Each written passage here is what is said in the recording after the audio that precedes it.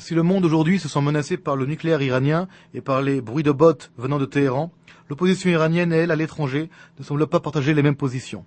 Au micro d'Infolive.tv, Kaveh Mohseni, président de l'association Iran Résiste et membre de l'opposition iranienne à l'étranger, nous parle et nous donne cette position.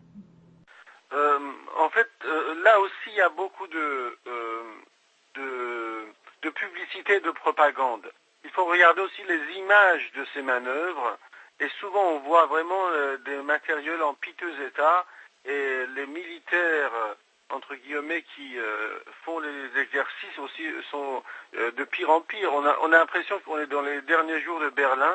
Hier, je regardais ce sont les images officielles du régime.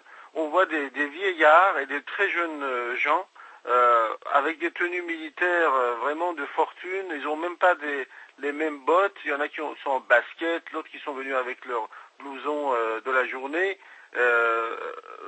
faire des revues militaires dans lesquelles on voit rarement des jets, on voit rarement des hélicoptères de combat. Il y a 3 hélicoptères dans le ciel, il y a 4 tanks au sol, et le régime aussi tire des missiles, comme vous l'avez dit.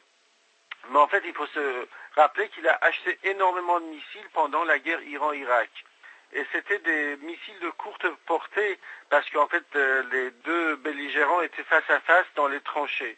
Et aujourd'hui, ces missiles arrivent aussi à terme de leur utilité, avant d'être périmés, et il faut les tirer. Parce que si vraiment le régime voulait montrer qu'il a un missile capable de faire 2000 km dans les airs, le territoire iranien est assez vaste pour faire un tir qui partirait de l'extrême nord-est, ouest, pour aller vers l'extrême sud-est, pour faire effectivement ce trajet.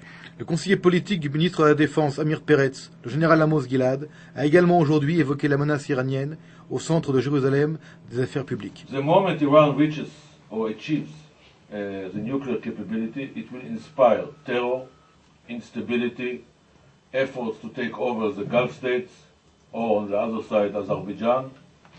And they have a dream to become, and they think they deserve it, to become regional superpower.